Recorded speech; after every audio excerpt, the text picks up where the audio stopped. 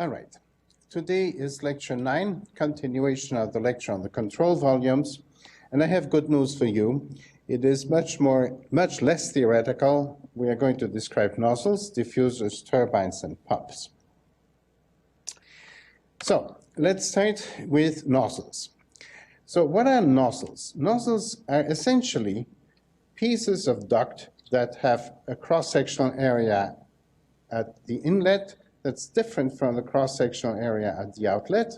And in nozzles, you have more area at the inlet at the outlet. What that really does, it's a machine that is designed to increase the fluid flow velocity. The diffuser is the opposite. Less area at the inlet than at the outlet, and it is designed to decrease the fluid flow velocity. Now, these machines they have no moving parts, so they won't do any work, but they're typically used, for example, here at the exhaust of this jet engine to convert the heat and of the gas flow that's at the exhaust of the turbine, and to convert that into something that has into air, hot air that has a high velocity, so that it can give the airplane thrust. So it transforms here heat into thrust, or energy into thrust. I'll show you how. Okay, so let's first consider an incompressible fluid. The mass flow is conserved. Actually, we don't even need this, but it helps. The mass flow is the density times the velocity times the area, and that is constant. Now, that is constant. That means that if the area decreases, like it does here, the velocity has to increase. If the area increases, like it does here, the velocity decreases. It's that simple. Well, let's go back to the dreaded equation we derived in the previous lecture, which was all very theoretical. Let's see now how that translates, that equation translates in something useful. Well, first of all, in this machine, there are no moving parts, so there's simply no work.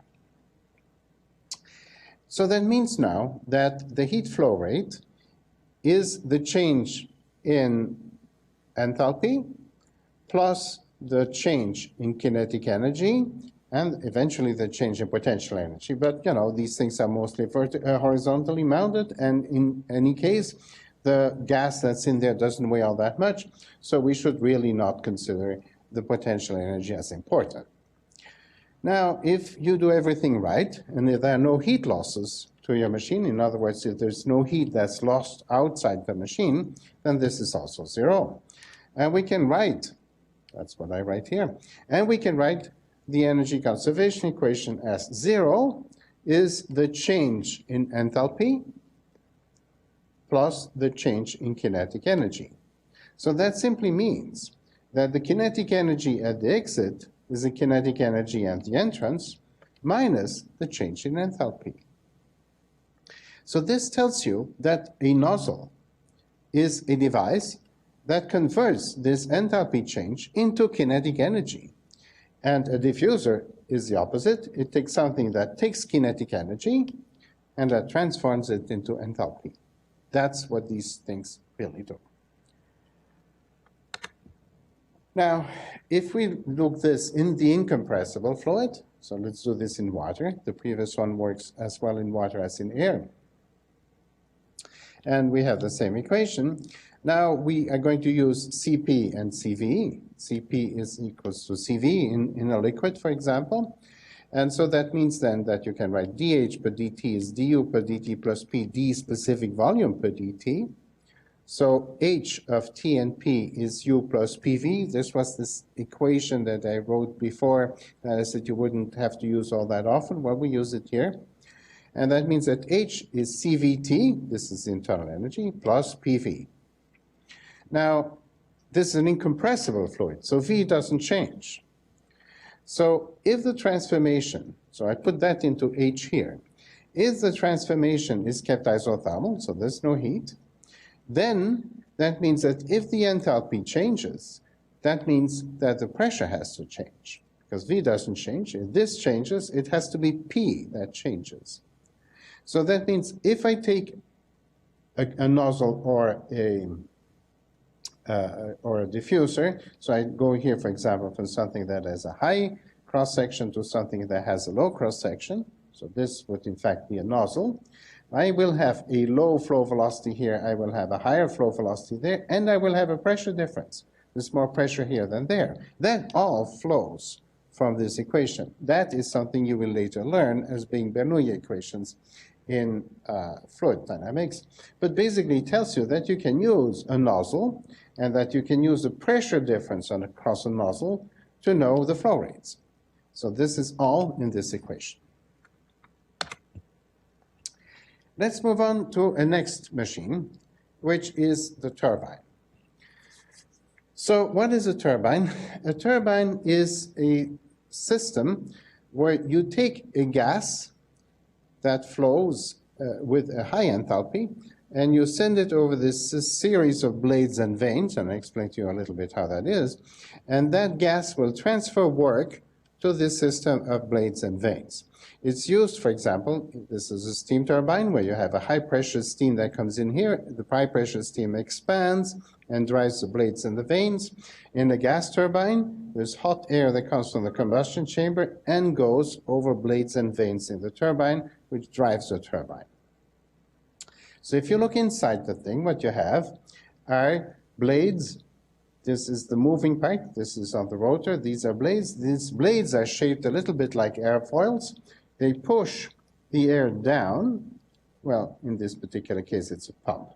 So in the case of a turbine, the flowing air would push on the blades and would send the thing rotating out. Now, that also typically gives the flowing fluid angular dependence. So that angular dependence of that flow is straightened out by a set of things that look like blades, but they're static. We call them vanes, or we call them stationary blades. So you have rotary blades and you have stationary blades, blades and vanes. This is just straightening out the airflow. Each of these is shaped like an actual airfoil, basically. Okay, so let's look what this looks like for a thermodynamic system. So here is a schematic of a turbine. You have gas that comes in at with a certain enthalpy. You have a crown of blades, you have a crown of vanes, you have a crown of blades, you have a crown of vanes, and the gas will drive this thing, which then here ultimately rotates. Now, this does mean that there is work done by the gas or by the fluid onto the mechanization, onto the shaft here. The shaft moves. It's work.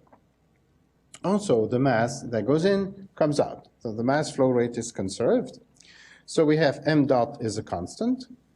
We can express m dot as a cross-sectional area and the flow velocity. That's simply the mass flow rate. We went through that equation last time. We can express conservation of energy, which is heat, work, enthalpy, kinetic energy, and potential energy, of course.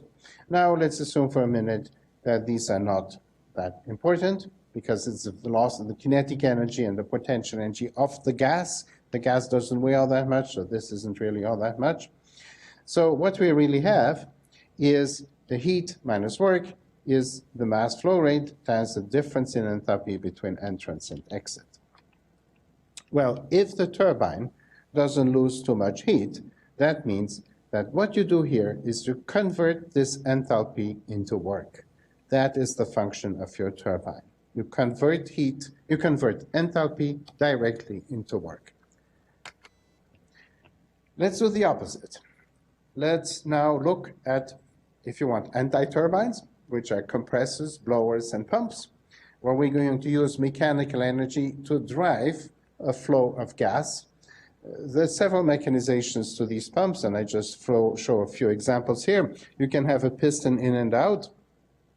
Inlet, the valve opens, the piston sucks the gas from the inlet into the control volume. The valve closes, the outlet valve opens, and the drive pushes the piston up, which pushes the gas out in the outlet. So the gas here is low pressure, the gas here is high pressure. Vane pumps are pretty much the same thing, except they have an eccentric cylinder with vanes. And as this eccentric cylinder rotates, the veins follow the outer cylinder, and if you can see here, you have the inlet. The veins go this way. This thing actually rotates that way. The veins suck the air in, and then here the volume decreases again and compresses the air, and it goes back to the output port. This is a roots blower. It looks like this in your engine. The roots blower is two concentric dog bone shaped things that have a seal against here. So it's basically the same idea as that, except now that you have volumes that are large at the inlet and small at the outlet, so that you have an increase in pressure. Driving these things takes work. In your roots blower in your car, the work comes from the engine here by this drive belt. There are turbine versions of this. There is, for example, here a turbo pump. Actual turbines, it looks like this. If all goes well with my demonstration, I can show you how that works after the end of this recording.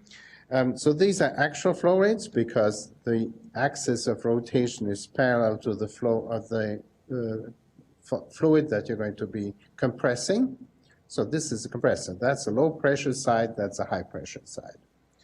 There are radial compressors where the inlet goes in one direction, the outlet is now normal to the direction of the axis. Radial compressors look like this strange machine here. So you would have the inlet is here. This is the high volume. This is then a lower volume but a higher pressure. So the air flows in through here, through there, and this whole thing rotates. More difficult to explain how it works exactly, but you have a picture of the machine right here. It's also essentially an airfoil. Okay, so let's write the equation for compressors and pumps. Work is done on the fluid by the mechanization, by the external drive motor, or by whatever it is that drives the pump, by the belt. So you have work dot, which is power, is negative.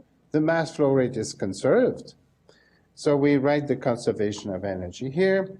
We do exactly like we did with the turbine, but the signs are reversed. And so if your compressor doesn't change heat, doesn't lose heat, then the work is converted into an increase in enthalpy of your gas. That's the purpose of a compressor or a pump. I have now assumed for a minute that my compressor gives you no potential energy and no kinetic energy. That is, of course, a very big assumption. Not all of these things are designed to work that way. We can have pumps that are designed specifically to take water here out of this reservoir and increase the potential energy of the water. So in this particular mechanization of a pump, you're going to use your work done on the shaft of the pump, electrically here, and you will not transform that into enthalpy. You will transform that into the height of the water column. The water here is at a much higher height than there, so this work goes entirely into potential energy in the fluid that you're pumping. So when you solve a problem with a pump, you always have, of course, to look at the mechanization of the problem, but you can use this equation in all cases. You can deal with heat losses if you have them. You have work you do to the fluid. You can know your enthalpies inlet and outlet. If you have a change in kinetic energy, you can put that here. And if you want to drive a change in potential energy in your fluid, you can put that here. So with this, we have a very short lesson. We have essentially looked at applying this rather painful equation that we derived from the workflow theorem in the previous lecture. We have applied it to nozzles. So nozzles are things that increase the kinetic energy, that increase the velocity of the fluid by using its change in enthalpy. Diffusers are things that use the change in enthalpy to increase the velocity. In all cases, nozzles and diffusers don't do work. Turbines are machines that take a change in enthalpy in your system and transform it into work on the shaft of the system. Pumps do the opposite. They take work on the system and they use it to change the enthalpy or to change the kinetic energy or to change the height, the potential energy of the water column. That's the summary. Now let me try to see if I can show you on this other screen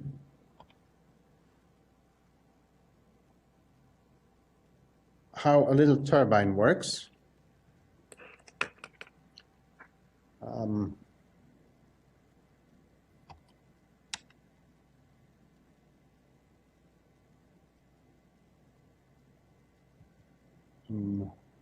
It's not all that clear. Here we go.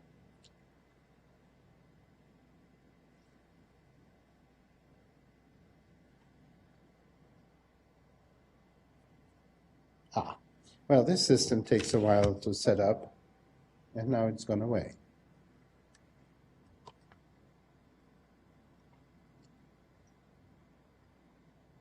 There we go. Let's try this again. This is a little turbo pump. The motor is here, and it drives the turbine, which is right here. So in this turbine, you have the rotor, which is this, and you have the vanes, the static blades, which I'm just taking out of the device right now.